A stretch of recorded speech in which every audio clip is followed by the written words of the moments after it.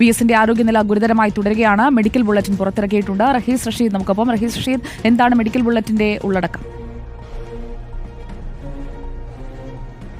സുജ, കഴിഞ്ഞ 3 ദിവസമായി പുറത്തിറക്കിയ സമാന മെഡിക്കൽ ബുള്ളറ്റിലാണ് VS അച്യുതാനന്ദന്റെ ആരോഗ്യനില സംബന്ധിച്ച് SUT ആശുപത്രി അധികൃതർ പുറത്തിറക്കിയിരിക്കുന്നത്. ആരോഗ്യനില മാറ്റമില്ലാതെ തുടരുന്നു എന്ന ഒറ്റ വരിയായിരുന്നു മെഡിക്കൽ ബുള്ളറ്റിലുള്ളത്.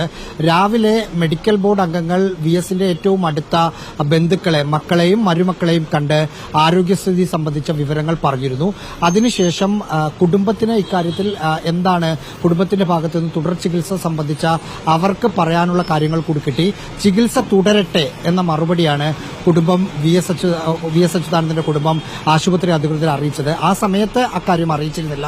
കുടുംബം ഒന്ന് ആലോചിച്ചിട്ട് ചികിത്സ സംബന്ധിച്ച കാര്യങ്ങൾ അറിയിക്കാമെന്നാണ് പറഞ്ഞത്. അല്പസമയം മുമ്പ് ആശുപത്രി അധികൃതരെ കുടുംബം അറിയിച്ചു. ചികിത്സ തുടരട്ടെ, അതായത് വെന്റിലേറ്ററിൽ VS അച്യുതാനന്ദൻ തുടരട്ടെ എന്ന നിലപാട് തന്നെയാണ് കുടുംബം എടുത്തത്.